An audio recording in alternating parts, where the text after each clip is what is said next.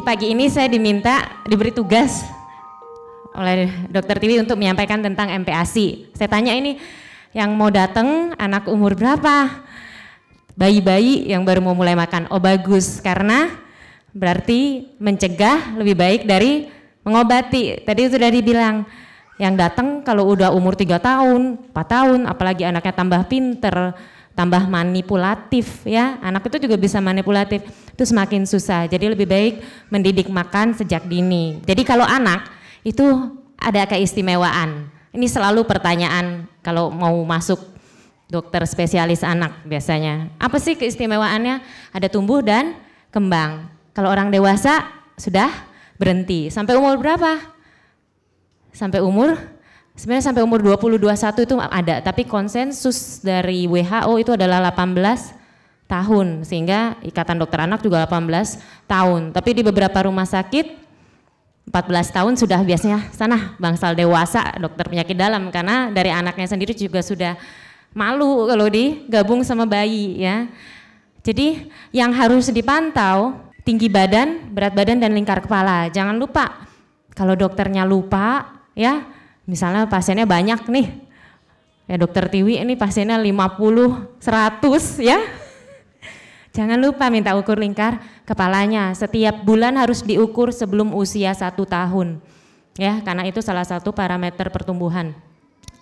Lalu perkembangan tentunya setiap anak ada variasi usia. Ada yang cepat, ada juga yang sedikit lambat, tidak ada yang sama. Nah ini, kenapa 4 tahun pertama penting, atau ada yang bilang 1000 hari, ya ada yang bilang 3 tahun, karena 50% pertumbuhan terjadi di periode tersebut dan terutama pertumbuhan otak, ya. Jadi masa balita itu sangat penting, ya. Bukan berarti selanjutnya kita ya sudah gitu ya, misalnya buat kakak-kakaknya ya udah terlanjur, tidak begitu juga, karena otak tetap bisa dikembangkan, distimulasi, tapi tentu hasilnya tidak seoptimal anak yang dari awal sudah mendapatkan tumbuh kembang optimal. Terus, nah ini yang 1000 hari, tadi slide ini juga ada ya, ini kalau lihat di internet mungkin macam-macam. 1000 hari populer ya, ngitungnya bagaimana? 270 dalam perut, lalu 365 kali 2 ditambah-tambah jadi 1000, nah itu bisa-bisanya aja deh pokoknya. Tapi yang benar bahwa memang 2 tahun pertama itu pertumbuhan otak sangat pesat, sudah sampai 60% masa otak dewasa. Orang dewasa berat otaknya sekitar 2 kilo ya, nah itu 60% atau 80% macam-macam itu sudah tercapai pada 2 tahun pertama. Slide. Oke, kita terus. Nah, ini sekarang mulai masuk masalah. Ini nggak usah bingung ya lihatnya. Ini yang hijau itu panjang, itu berat badan. Ini grafik berat badan. Yang biru tinggi badan atau panjang badan. Yang merah berat dibandingkan dengan panjang ya. Berat selalu dibandingkan dengan panjang ya, karena kalau panjang badan anak lebih tinggi, berat badan idealnya pasti lebih tinggi. Yang pernah ketemu saya pasti tahu kalau saya bilang, Bu harusnya beratnya sekian. Dari mana saya bisa tahu beratnya idealnya sekian? Karena dipetakan atau dipelotkan kepanjang badannya. Nah ini ternyata studi di 54 negara di mana-mana sama. Mulai usia 3 tahun, 4 bulan, 6 bulan ini mulai turun ini. Pertambahan berat dan pertambahan panjang. Kenapa? Kenapa kira-kira? Itu usia apa tuh? Usia 4 bulan, 6 bulan, mulai usia ngasih makan. Kenapa turun? 1, kualitas makanannya. Ada yang memang tidak punya biaya untuk menyediakan makanan yang berkualitas, ada yang tidak tahu. Jangan sampai kita tidak tahu ya, sayang sekali. Yang kedua karena tinggi angka infeksi. Begitu mulai makan, penyediaannya tidak bersih, dan bayi juga sudah mulai banyak eksplorasi. Jadi 2 hal tersebut ternyata di semua negara sama ya. Ini jadi ya ini tadi yang tadi. Nah kenapa? Ini tadi pertama kan kualitas makanannya tidak bagus. Apa saja yang kurang? ASI tadi memenuhi kebutuhan energi sampai usia berapa? Penelitian itu menunjukkan sampai usia 6 bulan sebagian besar, tapi manusia tidak ada yang sama persis ya. Manusia nggak ada yang sama persis. 100% itu tidak ada, mungkin 90% kira-kira sampai usia 6 bulan perkembangannya, pertumbuhannya bagus. Tapi setelah usia 6 bulan itu mutlak tidak bisa, energinya harus dipenuhi dari makanan. Kenapa? Karena kadar protein dan lemak ASI itu dua yang menyumbang energi. Lemak itu penyumbang energi terbanyak di ASI, itu sudah turun pada usia 4 bulan ya. Kita di RSCM melakukan penelitian terhadap 100 bayi, ibu-ibunya diambil dari sampel ASI diperiksa ya, dari puskesmas, kandungan karbohidrat, protein dan lemak, dan ternyata memang sesuai hasilnya. Usia 4 bulan tuh kadar protein lemaknya turun. Jadi mau ASINya ibu Indonesia, ibu Amerika, ibu Eropa, ibu Afrika sama polanya ya. Kalau 4 bulan dia udah turun dan volume ASINya nggak banyak gimana? Ya tadi kita nanti lihat apa harus makan, apa harus ditambah susu. Ya selanjutnya, nah ini jangan pusing ya. Ada yang pokoknya jangan pusing. Ini saya ingin memberikan supaya ibu-ibu di sini belajar sesuatu yang memang ada dasarnya, karena ibu-ibu di sini sudah pinter sekali mencari materi dari internet. Tapi di internet mau tulis apa aja bebas ya, kan nggak ada polisinya, ya nggak dinilai juga. Mau nulis apa aja boleh. Jadi hati-hati mencari sumber dari internet. Ini saya ingin memberikan hal yang memang berdasarkan literatur ilmiah, artinya ada buktinya. Ini penelitian dari Catherine Dewey, ini salah satu pakar sekali MPASI di Amerika. Jadi dia banyak sekali menulis buat WHO. Kita lihat yang 6 sampai 8 bulan aja ya. Persen from CF itu adalah complementary feeding.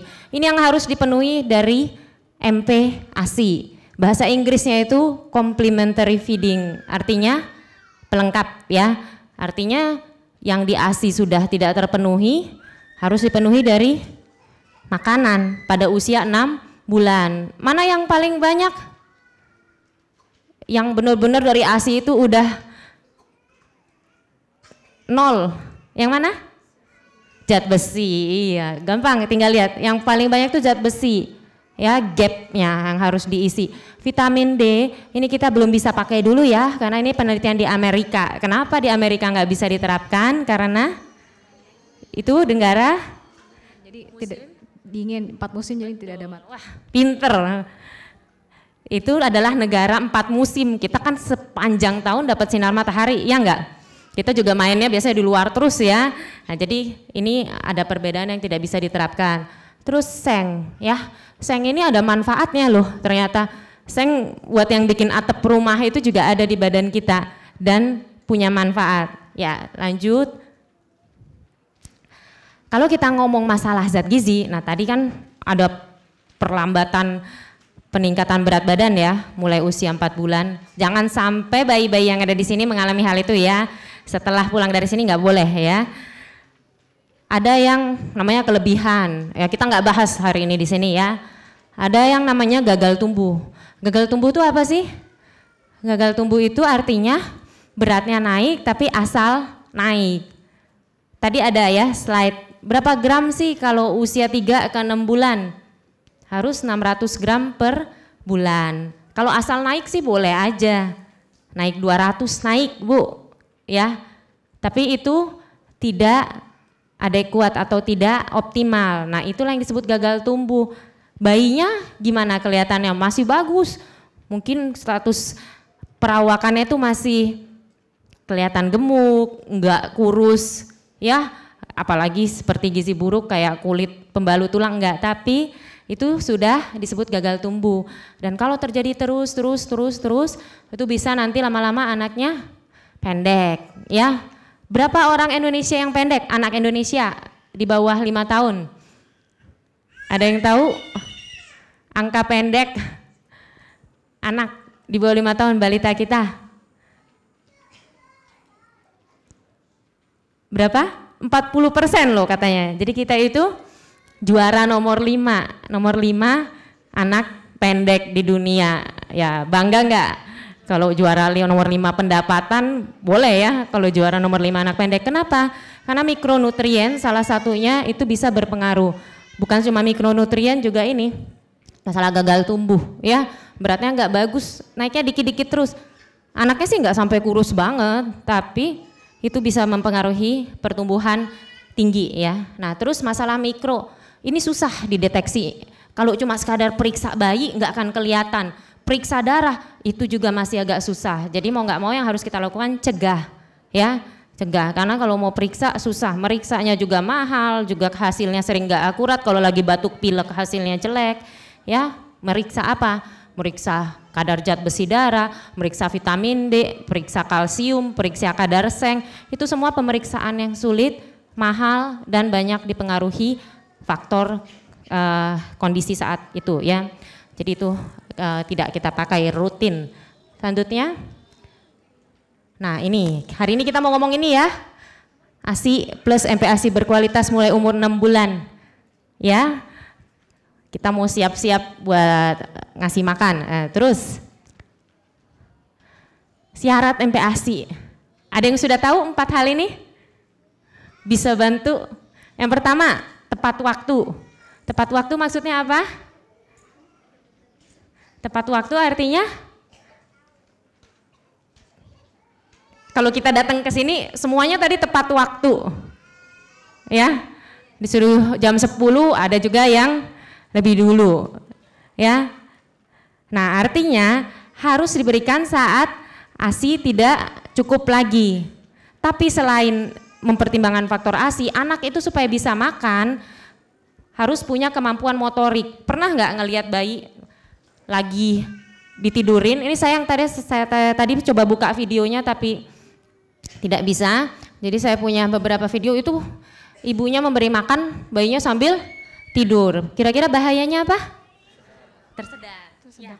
Saya punya teman sejawat, itu waktu lagi minum susu tersedak, tidak tertolong. Anaknya dokter anak, bayangkan itu ngenesnya itu gimana ya. Karena bayi refleks batuknya semua belum sempurna. Kalau kita sih lebih jarang, kita kemasukan benda asing gitu ya, makan kesedek nasi, kesedek kacang kita bisa Tapi yang namanya bayi kecil, orang tua ya, ototnya sudah mulai lemah, kalau yang bayi memang masih belum berkembang, itu sangat berisiko. Jadi satu, tidak boleh memberikan makan kalau leher bayi belum bisa tegak ya. Pastikan dulu lehernya tegak, kalau didudukkan tegak. Ada bayi yang sudah bisa tegak usia berapa bulan lehernya bisa tegak? Ayo, 4, betul. 4 bulan itu rata-rata umumnya bisa tegak ya. Jadi kalau dicoba ditarik, dokter biasanya melakukan pemeriksaan tuh, bayi dibaringkan, kedua tangannya ditarik, kepalanya harus bisa ngikutin. Kalau yang kepalanya terkulai jatuh, artinya ini ada keterlambatan nih, umur 4 bulan kok kepalanya masih letoy. Satu, itu harus bisa tegak. Yang kedua, kalau didudukkan dia harus bisa menopang tangan. Ya, menopang badannya dengan tangan, belum bisa duduk sendiri, itu 8 bulan. Kalau dia sampai nggak bisa juga, kita harus bantu dengan mungkin suatu kursi ya, kursi khusus misalnya ada ya, saya pernah lihat tuh kursi bayi, ada satu pasien juga pernah bawa, dia beli di toko bayi. Jadi kursi yang bisa menopang postur bayi. Ya, postur bayi supaya bisa 90 derajat atau paling enggak mungkin 80 derajat, 75 derajat. Ya, harus punya kursi itu. Nah, kapan kalau misalnya dia masih belum bisa tegak sampai usia misalnya 8 bulan gitu, itu dokter akan melihat, ya waduh ini kok perkembangannya masih terlambat, udah umur 8 bulan, udah telat sekali, harusnya dari 6 bulan udah kasih makan, ya.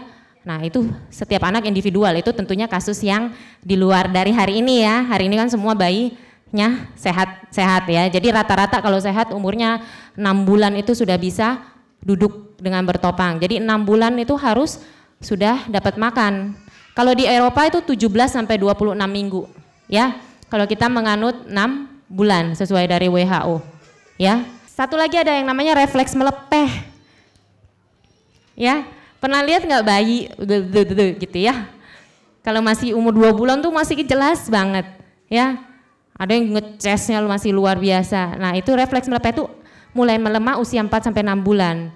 Kalau melepehnya masih kuat banget, biasanya bayi dengan Down syndrome itu refleks melepahnya masih kuat. Jadi kita masukin sendok dilepeh, susah ya. Nah ini 3 syarat ini harus bisa dicapai bayi sebelum kita mau ngasih dia makan, karena kalau enggak dia nggak akan bisa ngunyah atau nggak bisa menelan. Awal memang 6 bulan kan belum bisa ngunyah baru nanti gerakan atas bawah paling enggak usia 8 bulan. Jadi dia buat nelen aja susah, risiko tersedak. Lanjut. Nah, adik kuat tadi saya udah sampaikan. Ini saya cuma highlight 2 nih. Yang lain juga banyak ya. Banyak udah banyak sekali yang nggak bisa dipenuhi oleh ASI. Ya. Tapi yang paling sering bermasalah tuh 2 ini. Kenapa? Nanti kita bahas ya. Kok seng sama zat besi ini jadi masalah banget. Bukan cuma di Indonesia aja loh, di seluruh dunia juga. Adik kuat itu adalah syarat MPASI yang kedua. Artinya berkualitas tadi ya, jadi ya apa yang sudah tidak tercukupi dari ASI harus dipenuhi dari MPASI. Ada yang bertanya, wah ibunya kasih zat besi aja, sayangnya mau dikasih zat besi sampai 10 tablet sampai ibunya hitam, nya keras, nggak akan bisa meningkatkan kadar zat besi di ASI. Jadi ada beberapa zat di ASI yang tidak akan dipengaruhi oleh makanan ibunya, ya. Oke, terus. Nah, berdasarkan tadi, apa? Kita kuis sebentar. Ini baru 2 ya, yang 2 lagi itu masalah keamanan dan perilaku makan. MPASI pertama, nah biasanya ibu-ibu kan beli buku nih, ya. Tuh, udah pada ngaku, pada beli buku. Apa ya? Ini bukunya Dr. Tiwi nggak saya masukin, dok. Karena udah benar. Jadi ini saya lihat ini soalnya kenapa saya tertarik. Lihat ini gambar depannya. Apa sih yang dinotis di sini? Buah, betul. Apalagi? Sayur, buah dan sayur. Buah dan sayur ya. Selalu buah dan sayur gambar depannya. Kenapa? Saya juga nggak tahu kenapa. Ya. Saya juga nggak tahu apa mungkin karena warnanya jadi menarik ya. Padahal kalau buat orang dewasa ngelihat ini pengen makan nggak? Ayo jujur. Nggak kepengen. Jujur ya, betul itu jujur. Kalau ngelihat ini pengen makan nggak? Nggak ya. Nah, buah dan sayur itu selalu di endorse. Berikanlah buah dan sayur usia 6 bulan, buah dan sayur. Kita lanjut. Oke, siapa yang menjawab pisang? Pisang ini kan terkenal banget ya, di kita tuh memang negara tropis, pisang itu banyak, dia padat energi, kaliumnya tinggi, gampang dikunyah, rasanya manis. Gimana? Setuju? Tuh, yang di belakang setuju ya Pak, yang baju hitam.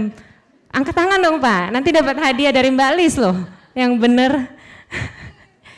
Yang setuju bayam siapa? Bayam, mengandung zat besi. Ya kan? Ya enggak? Yang setuju, kok pada ini? Enggak apa-apa, ini kan belum dikasih, ini baru simulasi ya. Jangan sampai salah pas udah prakteknya. Sekarang kalau salah di sini enggak apa-apa. Pepaya. Pepaya ini juga populer banget ya. Populer banget. Yang setuju ini siapa? Apa? Gasol, ada yang nanya gasol. Ini adalah bubur beras, bubur susu lebih tepatnya. Karena kalau bubur beras cuma beras aja ya. Kalau bubur susu beras campur susu. Susunya mau bisa formula, bisa ASI. Oke, jadi yang lebih tepat yang bubur susu. Oke. Benar, setuju. Setujunya cuma di sini aja nanti. Ya, lanjut. Jadi ingat MPASI pertama, tadi yang kurang dari ASI itu protein, lemak. Lalu mikronutriennya zat besi, seng, ya ada juga di bawah-bawahnya vitamin A, vitamin B. Jadi harus melengkapi yang tidak ada di ASI. Makanan mana yang bisa mengandung ini? Mungkin tidak ada sih makanan yang sempurna ya, tidak ada itu satu superfood semua sempurna. Kecuali makanan cair yang dibuat untuk pasien-pasien yang tidak sadar, yang memang pakai selang, sonde gitu ya, itu bisa dibuat di pabrik. Tapi kalau satu bahan makanan dia hebat, sempurna, tidak ada. Jadi apa? Yuk lanjut. Wah kok ke sini ya? Kayaknya mestinya jawabannya dulu ya. Jadi jawabannya apa? Tunggu. Jawabannya bubur susu ya. Maaf di sini bubur susu yang saya katakan difortifikasi. Ya nanti kita bahas deh. Difortifikasi itu maksudnya apa? Nanti kita lihat juga. Ditambahkan zat-zat mikronutrien umumnya ya. Yang kalau kita buat sendiri di rumah itu agak kesulitan. Nanti kita lihat. Lanjut. Nah ini masalah anemia. Ini nggak usah lama-lama. Intinya menurut WHO penduduk dunia 40% anemia. Di Indonesia ini kemarin saya meneliti 300 anak 1 sampai 3 tahun ya. 1 sampai 3 tahun itu yang anemia itu sekitar anemia defisiensi besi ya. Jadi benar-benar karena zat besi. Karena anemia itu penyebabnya bukan cuma zat besi walaupun sebagian besar karena zat besi. Dampak kurang zat besi apa? Ternyata zat besi doang itu ada dampaknya ya. Karena zat besi itu dibutuhkan dalam pembentukan selubung sel saraf. Jadi kalau kurang zat besi, pematangan selubung sel saraf itu terganggu. Akibatnya nih gangguan perkembangan. Ya kalau anaknya dasarnya pinter sih nggak akan terasa ya. Tapi kan sayang kalau dasarnya 150, IQ-nya ya turun 5 poin 145, pasti nggak masalah ya. Apalagi dikasih modal buat bikin perusahaan ya nggak masalah ya. Tapi kalau dasarnya modalnya 90, 85 kan jadi retardasi mental ringan ya. Oke, terus memori pada bayi. Makanya di sini ada nggak yang punya bayi prematur? Bayi prematur itu pulang dari NICU itu pasti dikasih zat besi ya. Pasti dikasih sampai mungkin bisa 9 bulan atau setahun. Perkembangan neurologisnya lebih buruk dan sayangnya ini semua tuh irreversible. Jadi nggak bisa dibalikin. Sayang ya. Lanjut. Nah ini adalah penelitian yang kemarin saya lakukan bersama senior saya Dr. Yanti di puskesmas di sekitar Jakarta Pusat ya, sekitar RSCM. Itu kita bandingkan pasien, maksudnya bayi 6 bulan kasih makan daging, sama satu lagi kasih makan, bukan daging ya, hati ayam, yang satu lagi diberikan bubur susu ya, bayi semua ASI eksklusif ya. Itu hasilnya ternyata kemampuan untuk meningkatkan zat besinya sama ya, dan artinya apa? Kita bisa pakai hati ayam. Kenapa pakai hati ayam? Karena harganya terus terang lebih terjangkau ya, tapi tentunya rasanya saya pribadi sih lebih suka daging ya. Tapi ada juga yang suka hati, itu pembuatannya udah khusus tuh, kita sampai undang catering khusus.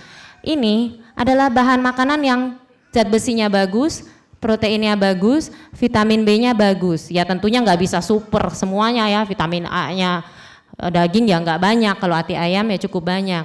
Tapi kira-kira comparable dan kadar sengnya juga bagus ya. Itulah kenapa terus daging ini dianjurkan, nanti ada slide-nya, oleh WHO ya untuk makanan MPASI ya. MPASI pertama boleh kalau bisa mengolah, tapi kalau misalnya bayi itu lebih suka rasa manis, karena bayi itu preferensi rasa umumnya awal-awal manis. Kalau daging manis kan agak susah, semur bisa ya, semur gitu di blender, tapi umumnya mungkin agak susah. Jadi kalau hanya berdasarkan preferensi rasa, boleh kita kasih tekstur atau maksud saya olahan MPASI yang lebih cita rasanya manis gitu ya.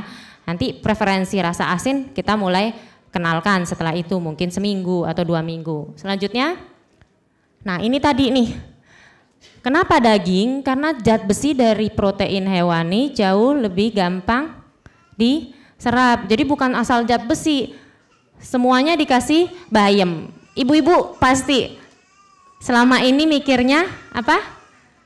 Bayam ya, soalnya iklan dari Popeye itu bayam ya, Popeye makan bayam terus ototnya bisa Coba tanya bapak-bapak di sini yang ke fitness, mana aja sih yang makan bayam terus ototnya jadi kayak Popeye ya.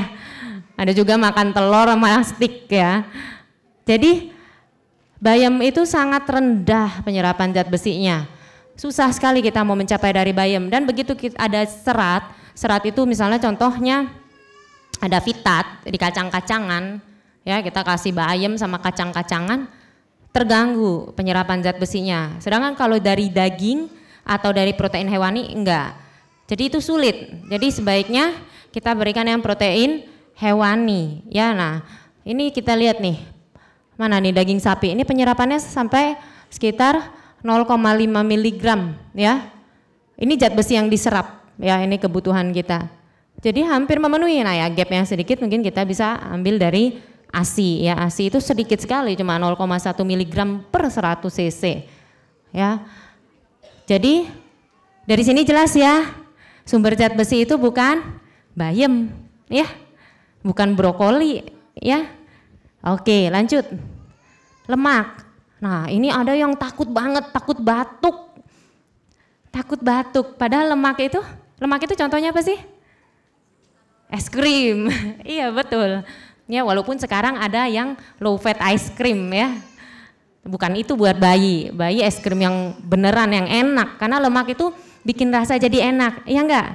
Makanya orang kita makannya gorengan terus ya, soalnya lemak itu bikin gurih jadi enak, dan buat bayi itu menguntungkan karena itu meningkatkan kalori ya. Itu makanya salah satunya kalau anak gizi buruk di sini pasti mudah-mudahan jangan sampai ya, anak gizi buruk itu salah satu racikan susunya adalah susu, gula dan minyak. Ya, kalau ingat satu brand susu SGM itu sebenarnya histori awalnya itu oleh profesor-profesor kami dulu almarhum, itu dibuat dari racikan susu, gula, minyak. Ya, waktu zaman dulu belum ada impor susu. Ya, waktu zaman dulu ada kan pembatasan impor oleh Presiden Soekarno. Saya belum lahir juga sih, itu saya juga dengar ceritanya. Ya, karena lemak itu dibutuhkan oleh anak di bawah 2 tahun. Untuk pembentukan apa? Ayo. Iya. Apa yang keras Ibu? Otak. Betul, untuk komponen pembentukan otak ya. Jadi jangan samakan anaknya sama bapaknya ya, anaknya sama ibunya, jangan disamakan, beda kebutuhannya. Lanjut. Nah ini yang saya tadi bilang, dari WHO sudah menyatakan complementary food harus bervariasi karena nggak ada satu makanan super. Harus mencakup jumlah yang cukup daging. Daging ini kalau ngomong meat itu artinya daging merah ya. Poultry artinya unggas, ayam, bebek, ikan, telur. Nah itu kan vitamin A nya memang agak kurang kecuali hati. Nah vitamin A mungkin kita bisa dapat ya, dan tidak banyak-banyak dari buah yang warnanya merah ya, beta karotin atau orange. Kalau ini tidak memungkinkan ya, kita di sini semua beruntung. Tidak ada masalah mau bikin makanan, mau beli daging wagyu ya, mau beli daging apa juga nggak masalah. Tapi ada yang kurang beruntung ya, orang-orang yang cuma bisa punya uang 3.000 sehari, itu pasien saya banyak sekali di RSCM. 3.000 itu mau bikin daging itu gimana caranya?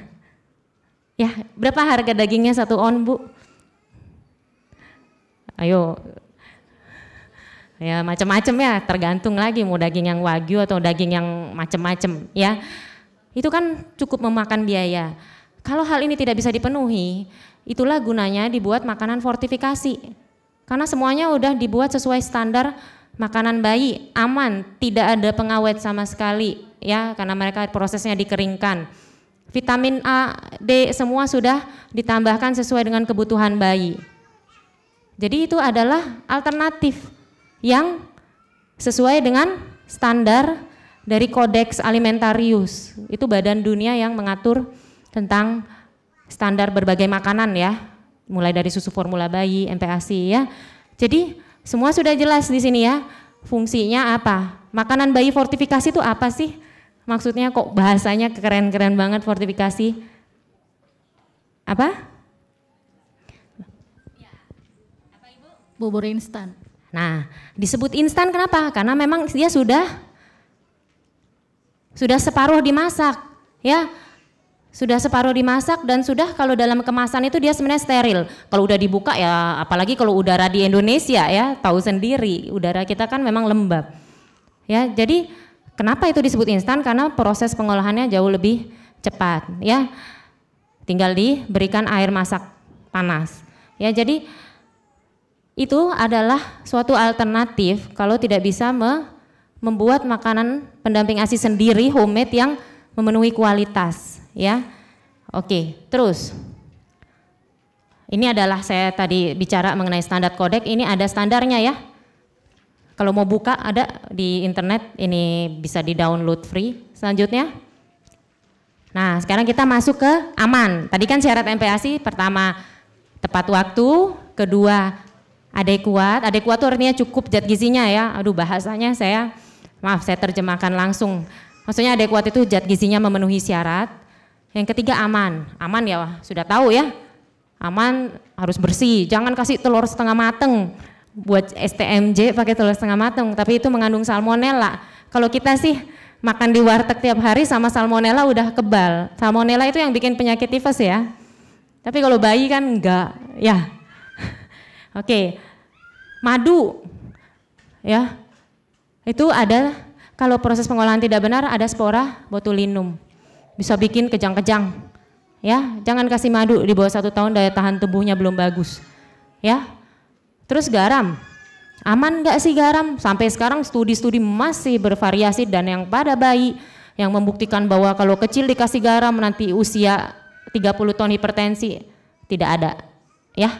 Nanti mungkin suatu saat bisa dilakukan studi tersebut. Yang jelas, balik lagi sebelumnya, studi itu menunjukkan bayi itu bukannya nggak pengen makanan enak ya, karena umur 4 bulan sudah ada preferensi rasa asin mulai muncul di dalam perut, udah mulai kenal rasa lewat cairan ketuban ya, udah mulai kenal rasa. Ada penelitian waktu hamil ibunya suruh makan wortel terus banyak. Jadi pada saat dia sudah mulai MPASI itu bayi dibandingkan sama ibu yang sebelumnya tidak suka konsumsi wortel, maksudnya bayi dari ibu yang tidak mengkonsumsi wortel.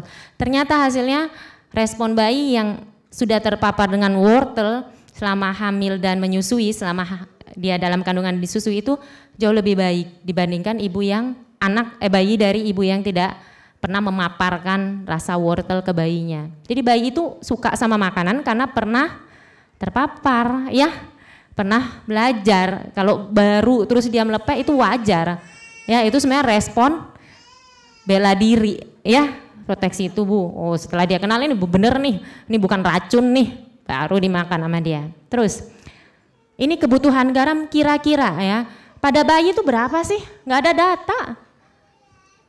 Batas atas konsumsi garam belum ada sampai saat ini ya. Oke, jadi yang penting kita tidak memberikan bayi makan garam ya.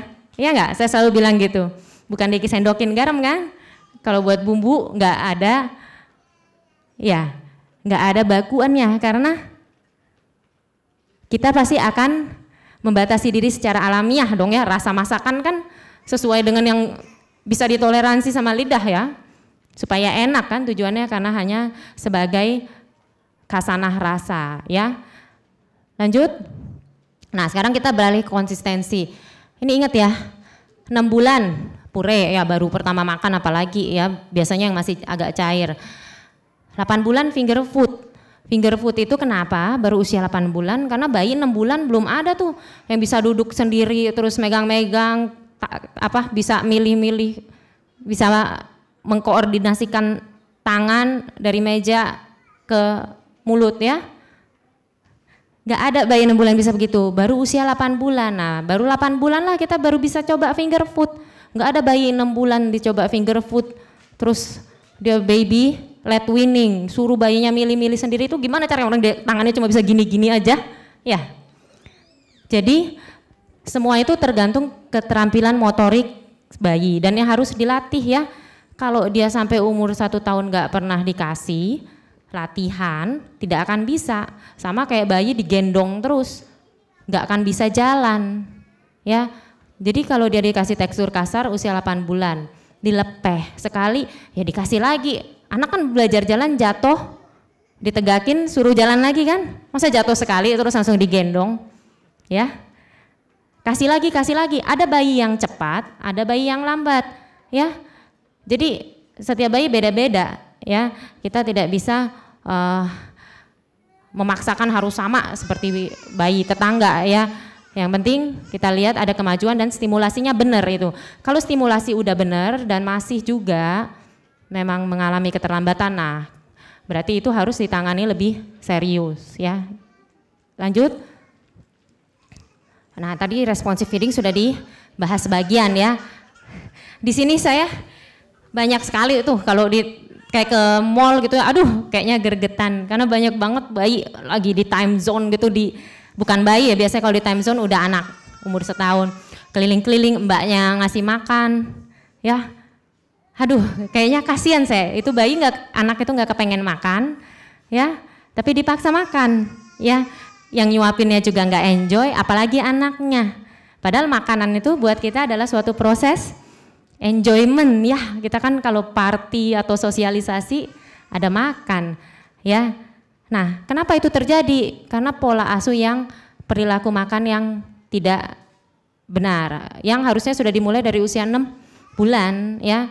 Apa? Ini sebenarnya adalah anak usia 1 tahun yang terutama, tapi harus dilatih sejak usia 6 bulan.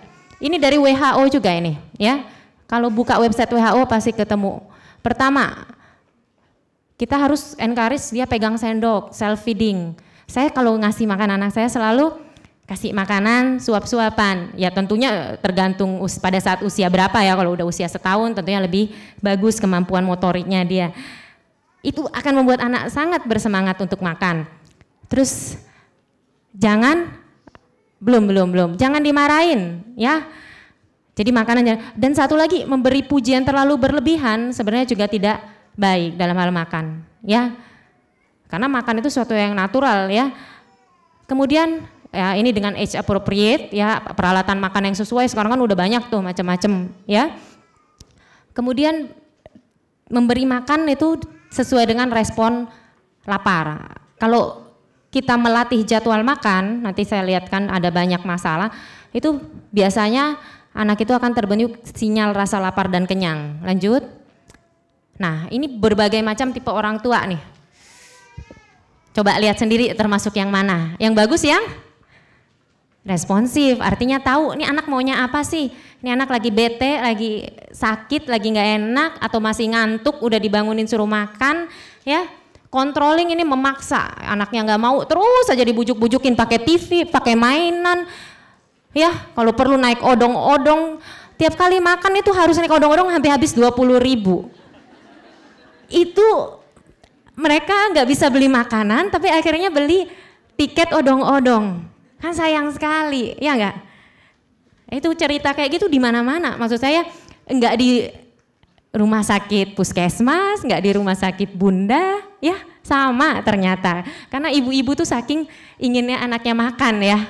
Ya, tapi caranya ya tekniknya yang salah. Terus indulgen ini, wah diiming-imingi nanti habis makan dikasih coklat, ya, memanjakan, ya. Ini nggak peduli sama sekali. Ini ada 4 tipe orang tua dalam hal kaitan dengan pemberian makan. Yang biasanya terjadi kalau anaknya ada masalah-masalah kayak gini nih. Ada anak yang nafsu makannya memang sedikit, ada anak yang selektif, ada yang sudah trauma, dengar bunyi sendok, ya, lihat mamanya aja takut. Tapi kalau sama mbaknya santai, tenang, bisa makan. Pasti ada yang di sini kalau sama mbaknya dia bisa makan, kalau sama mamanya nggak mau makan. Ya, lanjut. Nah, ini tadi sudah ada, bahkan lebih bagus tadi video yang dari Dokter Tiwi, ya. Ini enjoy, ya, lihat. Harusnya seperti ini. Dan baby chair ini penting banget, ya, karena ya memang bayi itu harus didudukkan dengan posisi yang benar dan ini sangat membantu. Tapi kalau nggak bisa beli baby chair, lanjut. Paling nggak didudukkan seperti ini, ya. Jangan digendong, ya. Digendong, dibawa kemana-mana. Itu posisi bayi tidak bagus. Kalau ada di sini mungkin pernah ada parenting class sama dokter Lu, itu kesegarisan antara leher, batang badan itu tidak terbentuk sehingga ngunyah nggak bisa, ya. Jadi tidak digendong, itu posisi makan yang sangat tidak disarankan. harus duduk ya. Digendong sambil jalan-jalan itu hasil akhirnya anaknya ngemut ya. Lalu lanjut. Nah, cukup atau tidak? Udah ya tadi ya. Pokoknya beratnya harus naik. Berapa gram tadi ada udah tabelnya. Lanjut. Sekarang masalah-masalah. Lanjut. Nah, ini golden age oromotor itu usia 6 sampai 9 bulan. Ya, sampai 12 bulan masih boleh lah. Kalau telat dikenalkan, dia nanti akan susah untuk bisa makan sesuai dengan tekstur yang sesuai dengan perkembangannya dia, yaitu usia 1 tahun harusnya diharapkan paling nggak bisa makan nasi ini nasi tim bakmi Gajah Mada ya, paling nggak dia bisa ya mungkin dibenyekin sedikit, kalau ayam masih agak susah nggak apa-apa ya. Nah ini tekstur kayak gini harusnya usia berapa nih? Berapa? 8, pada pinter-pinter, jadi harus sudah mulai diberikan yang kasar ya. Lauk ya belum bisa, kalau dagingnya harus di blender, tapi kalau nasi udah bisa. Yang ini adalah pada saat awal ya. Jangan lupa untuk ditingkatkan karena tanpa rangsangan anak tidak akan bisa ya, harus ada rangsangan. Selain tekstur, rangsangan buat ngunyah itu bisa berupa suhu, rasa ya. Jadi macam-macam. Jangan lupa kalau dia baru 1 kali melepeh, jangan putus asa ya. Kadang-kadang mungkin dia muntah karena dia belum bisa. Umur 8 bulan itu rahang kita itu baru bisa, rahang bayi baru bisa gerak atas bawah. Lidah itu belum bisa ke kiri ke kanan. Ya. Jadi wajar kalau kita nyendokin terlalu dalam, terlalu banyak, makanannya gelincir ke belakang, kesedek lah dia. Ya, bukan berarti dia nggak suka. Dia belum bisa, apalagi kalau pas awal-awal. Ya. Jadi ngunyah sih dia udah bisa, tapi mengkoordinasikan untuk menelan kadang-kadang dia masih belum bisa. Ya, nanti udah umur 10 bulan, 11 bulan, lidah itu udah bisa bergerak kiri kanan. Jadi lebih bagus lagi kemampuan ngunyah ya. Makanan di dalam mulut udah bisa didorong kiri ke kanan sama dia. Lanjut. Nah, ini kira-kira timeline-nya ya. Udah deh tadi ya. Lanjut. Ini makanan orang bule itu sayur-sayur juga, itu salah juga tuh. Nah sekarang masalah yang kedua, tidak punya jadwal makan. Kita tahu bayi itu kapasitas lambungnya kecil ya. Kecil, makanya makannya sering, neteknya apalagi baru lahir itu tiap sejam netek. Terus kalau kita kasih makan dalam porsi besar, ya ibunya itu sering, aduh dok makannya dikit. Saya tanya berapa banyak, ditunjukinlah mangkoknya, wah bu, ini juga rasanya saya makannya kalau pagi juga segini. Ya, jadi itu adalah persepsi ibu. Yang namanya jumlah makan itu biarkan anaknya yang ngatur. Karena saya makan ya, setiap orang tuh beda-beda. Saya sama ibu ini pasti nggak sama kan? Ya kalau kita prasmanan tuh yang bapak-bapak bisa kayak gini, yang ibu-ibu sedikit. Jadi nggak bisa diatur, jangan kita yang ngejatahin. Ya, itu yang benar harusnya. Tapi kalau McD mereka bikin Big Mac sampai gede. Nah itu guru saya dulu udah almarhum bilang, lah itu yang contoh bahwa kita itu dipaksa makan. Kan kalau nggak habis ya sayang dong, ya kan? Nah, padahal harusnya tidak seperti itu. Jadi bayi itu biarkan, jadi porsinya kecil, kalau dia nggak habis ya sudah, kalau dia masih mau ambil lagi. Sehingga kita kasih jarak 2-3 jam untuk pengosongan lambung. Ya, kalau lambung penuh, anak itu ya muntah pasti. 2-3 jam itu bukan berarti udah kosong semua lambungnya, tidak, tapi paling enggak sudah sebagian sudah masuk melewati lambung ke usus. Kalau udah ke usus dia enggak akan muntah lagi. Ya, kecuali kalau ada penyakit medis ya, lain ususnya kesumbet yang lain-lain. Tapi orang sehat, bayi sehat sudah lewat dari lambung udah enggak muntah. Nah, itu baru sekitar 2-3 jam. Makanya kita jarakin 2-3 jam baik ASI maupun snack maupun makan. Sehingga anak itu tahu apa sih yang namanya lapar tuh, oh perasaan begini nih lapar, oh perasaan gini nih kenyang ya. Jadi dia makannya juga bersemangat dan dia juga di suatu hari nanti dia nggak akan menjadi anak yang obes karena nggak ngerti perasaan kenyang itu gimana. Lanjut, ini contoh ya jadwal makan. Tentunya ada anak yang 2 jam belum bisa dikasih makan, baru bisa 3 jam ya nggak apa-apa, disesuaikan aja ya. Ini kira-kira jadwal makan. Kalau dia memang tidak bangun malam pada usia ini, ada juga bayi yang nggak bangun cuma sekali, ya boleh ya. Usia segini dia nggak bangun lagi, ada anak yang udah nggak bangun, boleh ya. Ini adalah panduan ya yang kira-kira yang perlu diperhatikan di sini adalah tidak ada cerita yang namanya makan siang terus langsung sambung ASI atau sebelum makan siang pancingannya. Saya tuh kemarin juga sampai bingung, ini harus dinetein dulu dok pancingannya, kalau nggak mau makan. Wah kalau kayak gitu itu bukan pancingan Bu, itu bukan berarti, artinya ibu itu memberikan reward, neteknya itu jadi bukan dalam hal nutrisi lagi ya, jadi hanya secara psikologis. Nah itu kita nggak boleh. Apalagi kalau memang ternyata dia neteknya banyak ya, tentunya bayinya jadi kenyang dan abis makan kalau dia makannya cuma dikit langsung ditetein. Itu membuat bayinya mikir gak usah makan, nanti abis makan ditetein. Jangan salah, ternyata bayi itu pinter juga loh. Mereka akan mengasosiasikan kebiasaan yang kita tanamkan kepada mereka ya. Mereka akan menganggap itu tertanam di pola pikirnya, oh itu yang harus dilakukan. Lanjut. Nah gerakan tutup mulut ini nanti suatu saat pasti semua ngalamin. Wah, saya juga walaupun ngomong di sini, kalau anak sendiri yang tutup mulut, anak saya tutup mulut, stresnya juga sama, ya. Apalagi kalau ibunya kerja, pengen ngawasin anaknya ini makan, tapi nggak bisa cuti. Giliran pulang ke rumah udah capek ngelihat anak kayak gitu, tambah stres lagi. Aduh, pokoknya sama deh perasaannya di mana-mana yang namanya ibu itu sama. Normal pada suatu fase perkembangan pasti dia ada kayak gitu. Waktu umur 6 bulan tuh makannya luar biasa lahap. Umur 8 bulan, 9 bulan kok mulai bermasalah nih. Itu kenapa? Macam-macam penyebabnya ya, setiap anak beda. Secara psikologis itu mulai ada usia anak itu menunjukkan kemandirian. Ya, jadi dia mulai nggak mau ya, mulai pengen nunjukin dia maunya apa, itu bisa. Kemudian bosan rasa atau perilaku makan yang tadi saya tunjukin tuh, itu salah, selama ini salah, dan anaknya semakin besar dia semakin bisa ngelawan, jadi mulai dia nunjukin. Nah yang penting strategi kita adalah lanjut, satu, tetap singkirkan penyakit medis ya, harus singkirkan dulu. Apa anak ini lagi demam, lagi ada masalah lain ya, itu harus disingkirkan dulu ya, pastikan. Yang paling sederhana ya tumbuh gigi ya, kayak gitu-gitu ya. Yang kedua tetap bertahan pada jadwal makan. Kalau lihat tadi jadwal makan, yang jam makan itu tetap kasih.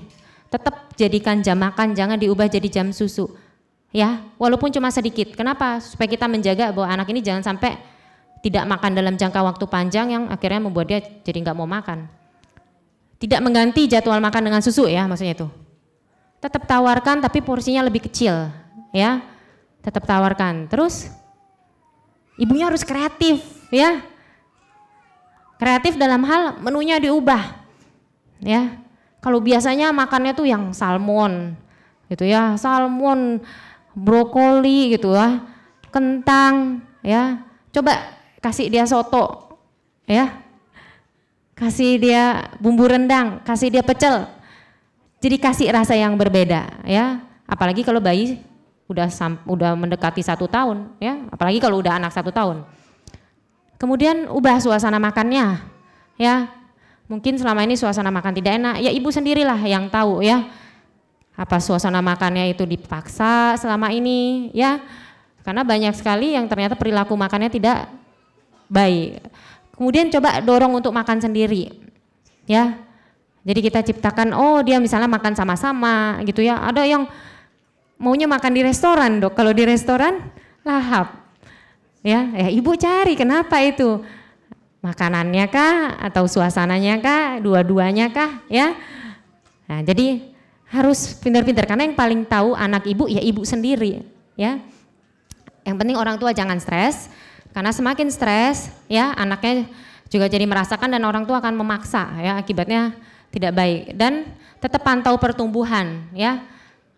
Harus tetap dipantau pertumbuhannya. Kita lihat wah kalau ini memang sudah sampai ada tanda alarm sign ya, kita harus konsultasikan, sampaikan ke dokter bahwa ini wah dok ini kayaknya udah nggak bener nih, karena mulai beratnya udah kurang ya, udah berkurang penambahan beratnya. Lanjut. Nah ini tadi nih, ini makan sambil ngapain ini, lihat Iya, harusnya ini sih bayi, karena bayi itu banyak sekarang sampai pakai iPad, nonton TV. Itu anak saya yang pertama aja begitu loh. Saking saya lagi sekolah, saya repot banget, ya. Terus saya baru sadar itu 3 bulan terjadi, lebih kali ya mungkin dari usia 7 bulan sampai 12 bulan kali ya. Begitu saya selesai sekolah, ya ampun saya bilang, ini karena kadang-kadang tidak tahan kalau ngeliat anak nggak makan ya, apalagi kalau yang pegang di rumah adalah babysitter ya. Mamanya dari jam 5 pagi baru pulang rumah jam 9 malam, belum lagi kalau jaga malam. Aduh, ini kalau ada yang dokter umum, mana yang dokter umum, katanya ada yang dokter umum. Ya, jadi diserahkan pada babysitter. Kalau yang namanya babysitter ya apa aja juga dilakukan ya supaya masuk. Ya, ternyata perilaku seperti itu bukannya baik untuk jangka panjang ya, hanya baik untuk sesaat ya. Lanjut. Iya, terus. Nah, ini tadi yang saya bilang, ini bisa kok dilakukan ya. Ini bukan hal yang mustahil, tapi lakukan sejak awal. Jadi anak itu udah dikasih kebiasaan yang benar sejak awal. Kalau baru mau melakukan ini pada saat usia 4 tahun, ya susah. Ya, kemarin saya dapat pasien udah umur 4 tahun aja dia masih mau netek, terus ibunya masih ketawa-ketawa, nggak bisa dok. Wah, kalau kayak gini gimana Bu? Ibunya juga nggak mau, sama aja. Padahal itu bukan netek sama sekali dalam arti ASI ya yang dikeluarkan. Anak udah 4 tahun, anaknya nggak ada aturannya, sebentar makan ini, makan itu, sambil main iPad, lari ke sana sini naik meja, ya makannya juga lari-lari. Itu sudah pola asuh yang salah dan agak sulit karena sudah usia 4 tahun. Lanjut. Ini mungkin saya jelasin sedikit ya ini ya. Ada jadwal ya, tadi kita udah belajar jadwal. Waktu makan 30 menit ya. Kalau makannya serius 30 menit harusnya sudah selesai. Hanya boleh konsumsi air putih di antara waktu makan. Jadi susu ya di jam susu, kalau mau dikasih snack ya di jam snack. Lingkungan ini harus menyenangkan buat anak. Jangan dikasih iPad buat makan ya. Jangan kasih makan sebagai hadiah. Ya, jadi kalau nanti dia perilakunya bagus dikasih permen segala macam itu tidak baik ya, lebih baik dikasih hal yang bukan makanan ya. Karena itu akan mendorong anak untuk menganggap makanan itu sebagai hadiah. Ya. Lalu anak harus dibantu untuk makan sendiri sesuai dengan usianya. Kalau dia tidak mau makan, jangan kita berespon berlebihan, marah-marah atau aduh sayang gini ya, sampai ada 5 orang ngelilingin, anaknya tambah GR ya, tambah belagu, tambah stres ya. Satu nggak mau makan, satu lagi dulu tuh sampai saya ingat sekali deh, sampai ibu saya tuh bisa joget-joget terus main kelentongan supaya mengalihkan perhatian anak supaya makan. Nah itu over ya, dan respon yang seperti itu hasilnya tidak akan baik. Kalau dia nggak mau makan, diemin aja, sudah, toh 2 jam lagi bisa ada waktu makan. Teknik yang paling bagus itu bagaimana? Kita makan aja di depan dia. Nanti lama-lama dia akan mau ya. Setiap anak tapi pasti beda-beda ya. Ada yang maunya cepet kepengen, ada yang maunya lambat. Itu yang paling penting. Oke, kalau dia sudah 15 menit, apalagi kalau dia udah ngamuk-ngamuk, stop aja proses makannya. Oke. Saya kira demikian, mudah-mudahan bermanfaat. Saya kembalikan lagi ke MC atau Dr. Tiwi.